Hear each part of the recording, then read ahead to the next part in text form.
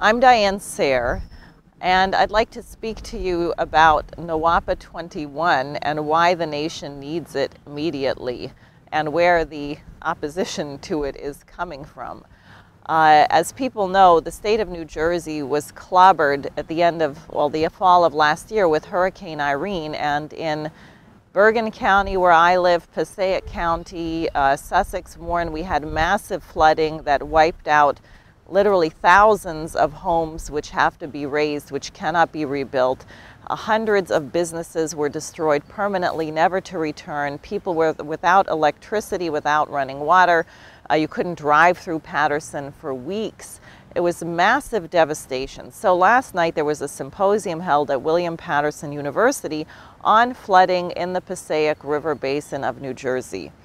The first panelist was a geologist who presented the audience with the history of the northern part of the state, which until about 10,000 years ago was covered by glaciers. These glaciers apparently caused sediment to collect in the Short Hills Gap, which was where the Passaic River used to flow out into the ocean.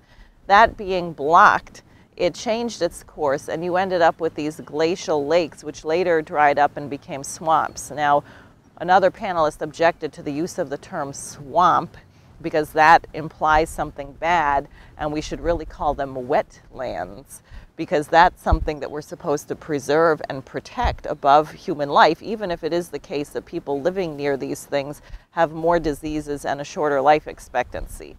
So it was clear that this was getting off to a bad start. Then what the panelists basically argued, except for one state assemblyman who has been championing a tunnel proposed by the Army Corps of Engineers, which would drain this water out into the bay at Newark, otherwise, every single person was making the proposal that the problem simply was human beings, that human beings should not build anything in a floodplain, that we have to protect the wetlands, and what we're going to do. And the state assemblyman did actually make the point that northern New Jersey is, in a sense, a suburb of Manhattan. We have 1,200 people per square mile in this state.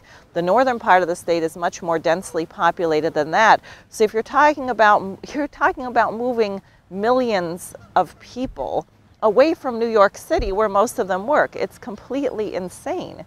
But the idea is that human beings cannot intervene on nature, and I'll tell you, the corruption of some of the population, because what they're trying to do is get money. They want the government to buy them out.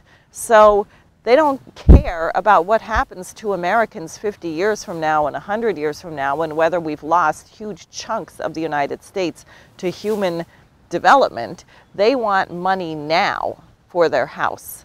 And that is part of the operation, is playing on the small-mindedness and perhaps desperation of these people to get some money now rather than to think about the future. So when I handed the geologist a copy of the LaRouche PAC special report, NAWAPA 21, he recoiled, almost dropping the report, saying, "No, no."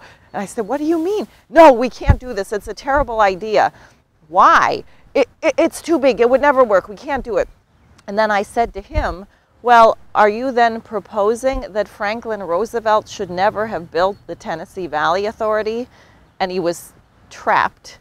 And then he said, "Well, in retrospect, we probably should have done something else." Are you that stupid?